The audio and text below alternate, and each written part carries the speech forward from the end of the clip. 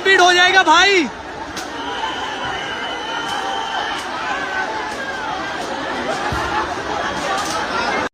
नमस्कार भाइयों, आज मैं किसी फिल्म रिव्यू, किसी सॉन्ग रिव्यू या कोई प्रीमियर रिव्यू या ट्रेलर रिव्यू के ऊपर बात करने नहीं जा रहा हूँ।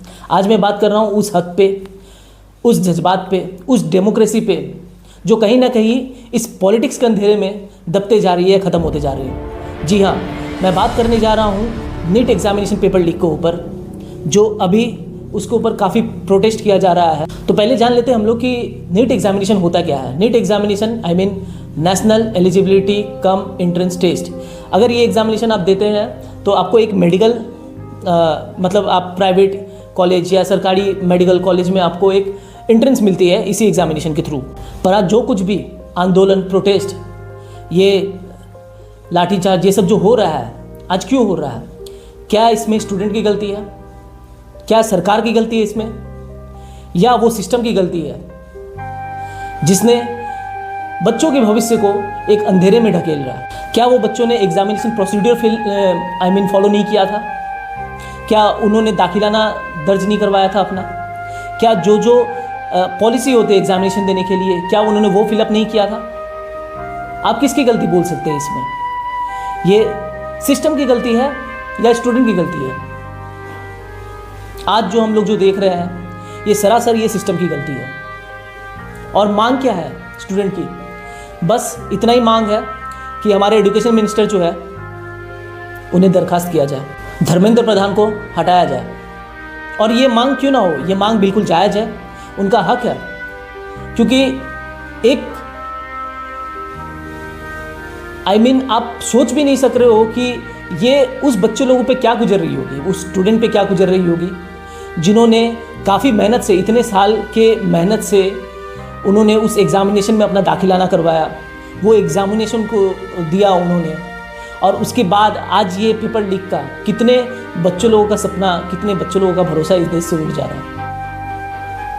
आप एक बार सोच के देखो, आप एक बार जहन में कि आपका भी एक बार बच्चा हो और उसके साथ ऐसा हो, वो माँ बाप जो उसे पढ़ा रहे हैं, जो उसे लिखा रहे हैं, जो उसके पीछे इस चीज़ के लिए खर्चा कर रहे हैं। आप सोच के चलो, ये एग्जामिनेशन देने के लिए कोई 1-2 रुपया खर्चा तो नहीं हो रहा होगा।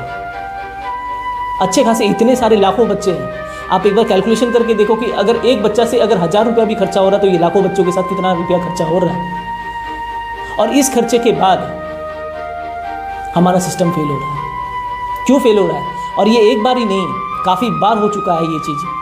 राजस्थान में, यूपी में 2024 का अगर मैं आप केस फाइल आप देख लो तो वहाँ पे भी ये पेपर लीक हुआ था, वहाँ पे भी धरना में बैठे हुए थे। ये क्यों हो रहा है? असली इसका वजह क्या है? और साथ ही साथ एक तो जो गवर्नमेंट की चुप्पी, अगर सही में आपको चिंता है अपने देश की, बच्चों की भविष्य की, तो आप आगे क्यों नहीं बोल रहे हैं? नरेंद्र मोदी जी अभी तक इन्होंने एक भी प्रक्रिया नहीं दिया अपनी तरफ से। आज सब कुछ, इतना सब कुछ हो रहा है, आज बच्चे मार खा रहे हैं, उन्हें प्रोटेस्ट में वो जा रहे हैं, वो लड़ रहे हैं, पुलिस वाले उस पर गोली बरसा रहे हैं, तो आंसू गैस बरसा रहे हैं, लाठीचार्ज हो रहा है। क्या ये काफ़ी नहीं है? क्या इतना बेरहम हो चुका है सरकार की इस छोटी सी चीज़ को वो सुन ना सके? और ऐसा तो नाजायज़ कोई चीज़ नहीं है इसमें कि हाँ ये तो नाजायज़ मांग है।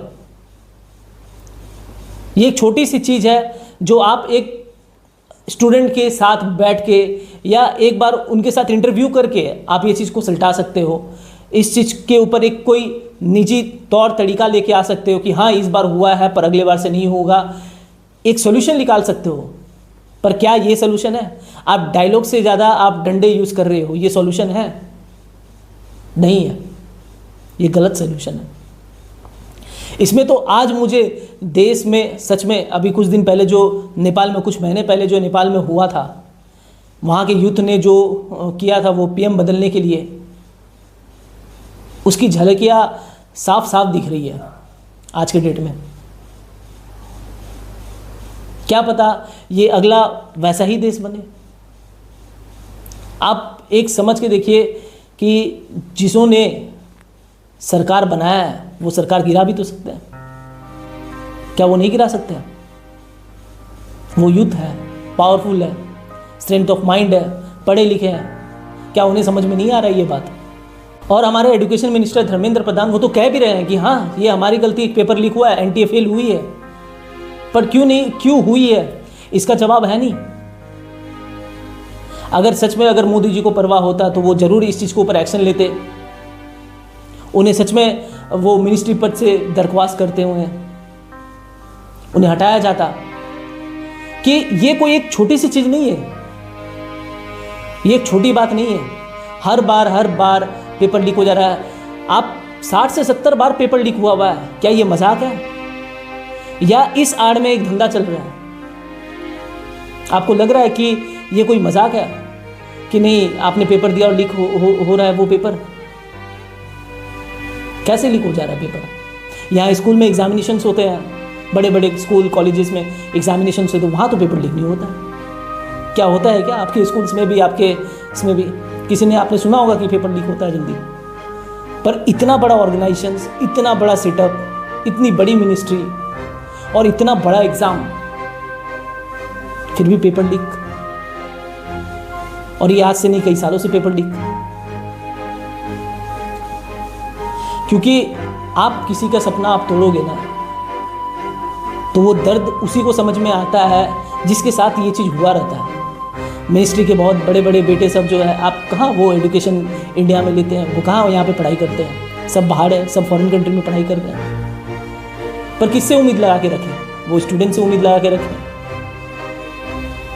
कौन उम्मीद देगा उनको जब गवर्नमेंट ही आज इसके ऊपर एक सॉल्यूशन ना निकल के, आज इसके ऊपर एक बात ना करके इस पे डंडे बरसाएंगे, लाठीचार्ज करेंगे? कौन देगा वो सॉल्यूशन? कौन देगा उनको वो विश्वास? कहाँ से वो अपने आप हिम्मत जुटा पाएंगे कि हाँ नेक्स्ट टाइम हम फिर एग्जामिनेशन देंगे? नहीं जुटा पाएंगे। ये ताकत दोबारा नहीं आ पाएगी। अगर इस तरह का सिचुएशन, अगर इस तरह का नैरेटिव सामने वाले से होगा, उनके गवर्नमेंट से होगा, उनके एजुकेशन मिनिस्ट्री से होगा, तो वो नहीं जुटा पाएंगे। मैं कुछ बोलना चाहूँगा इसके ऊपर। अभी खेसारी लाल जी ने भी इसके ऊपर अपना एक वीडियो उन्होंने दिया, उन्होंने भी बताया, जो कि वो खुद बता रहे कि वो ज़्यादा पढ़े लिखे नहीं है, पर इस चीज़ को समझते हैं क्योंकि उनका भी बेटा बेटी सब पढ़ रहा है, सब पढ़ाई कर रहा है। तो गार्जियन होने के नाते उनको भी टेंशन होता है इस चीज़ को लेके कि हाँ ये हमारे देश में क्या हो रहा है, और सही बात है ये हमारे देश में क्या हो रहा है। साथ वही हुआ है कि वो इतने दिन से मेहनत कर रहे थे ताकि वो कुछ बन जाएं, लेकिन उनका भविष्य ही चोरी हो गया, भविष्य ही लीक हो गया। और ये लड़ाई सिर्फ हमारे बच्चों के भविष्य की नहीं, बल्कि ये लड़ाई उन गार्जियन की भी है जो मेहनत करके अपने बच्चों की इतनी तैयारियां, इतनी पढ़ाइयाँ, जिन्होंने आज 20-20, 25-25 साल से अपने बच्चों के भविष्य को अपने दिमाग में रख के मेहनत करके अपने बच्चों को तैयारी कराई है।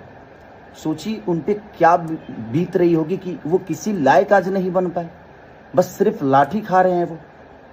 हमें पढ़ा लिखा डॉक्टर चाहिए, पढ़ा लिखा वकील चाहिए, पढ़ा लिखा मास्टर चाहिए, हर आदमी पढ़ा लिखा चाहिए। तो हमें विकल्प मिलता है तो हम पढ़े लिखे लोगों को क्यों नहीं चुनते, ताकि वो हमारी चीज़ों को समझ सके कि पढ़ने का मतलब क्या होता है और शिक्षा का मतलब क्या होता है, एक तैयारी करने में कितना वक्त लगता है। कोई पढ़ा होगा तभी समझ पाएगा इस बात को। और ये लड़ाई सिर्फ बच्चों की नहीं बल्कि हम गार्जियन सबकी है, क्योंकि हमने भी मेहनत करके अपने बच्चों को उस लायक बनाने का प्रयास किया है और उनका भविष्य ही चोरी हो रहा है। मैं आप सबसे हाथ जोड़ के प्रार्थना करता हूँ कि उन बच्चों पे प्लीज़ आप ऐसा मत करिए। इतने सारे आंदोलन हो रहे हैं, क्यों हो रहे हैं? सिर्फ समझ की वजह से ही हो रहे हैं। देखिए मैं पढ़ा लिखा नहीं हूँ, बट मैं अपने बच्चों को पढ़ाता हूँ तो मुझे पता है कि बच्चों की पढ़ाई कितनी, वो हमारे ही बच्चे 4-4 घंटा 5-5 घंटा पढ़ते हैं ना, तो मुझे लगता है यार कितनी मेहनत है। तो शिक्षा बहुत महंगा है इस धरती पे और लोगों का भविष्य उससे भी महंगा। आप प्लीज़ उन बच्चों पे दया करिए। मैं सबसे हाथ जोड़ के प्रार्थना करता हूँ, जितने भी प्रशासन के लोग हैं, आप भी किसी दिन स्टूडेंट होंगे या आपके बच्चे भी उस जगह पे खड़ा हो सकते हैं, तो क्या आप ऐसे ही लाठी बरसाते? प्लीज़ उनका सुन लीजिए। क्यों हो रहा है?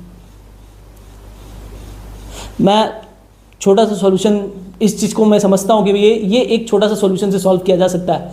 अगर प्रधानमंत्री खुद जो स्टूडेंट्स हैं उनके साथ प्रेस कॉन्फ्रेंस करें, जो स्टूडेंट के जो लीडर है उनके साथ जो प्रेस कॉन्फ्रेंस करें, उनके साथ बैठे बात करें, सॉल्यूशन निकाले इस चीज़ के ऊपर कि हाँ ये प्रोसीड्यूर्स में किया जा सकता है।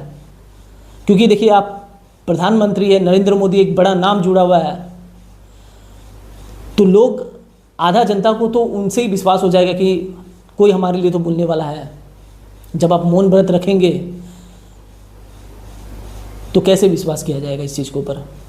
दूसरा है कि कोई जांच एजेंसी बिठाएं कि ऐसा क्यों हुआ, कैसे हुआ और क्यों हो रहा है। ये आपके बोलने से ही ठीक होगी। जब आपने किसानों का भी जब आंदोलन हुआ तो आपने ही बैठ के जब बातचीत हुई तो उसका भी सॉल्यूशन निकला, तो आज इसका भी सॉल्यूशन निकलेगा, इसका भी हल निकलेगा, जरूर निकलेगा। पर अगर इसी तरह अगर चलते रहा ना तो ये बहुत अलग ही रूप ले लेगी। ये एक यूथ के अंदर वो गुस्सा, वो नफरत जो है इस चीज़ में बदल जाएगी उनका। मेरा राय यही है कि सॉल्यूशन बातों से हो सकती है लेकिन डंडों से नहीं।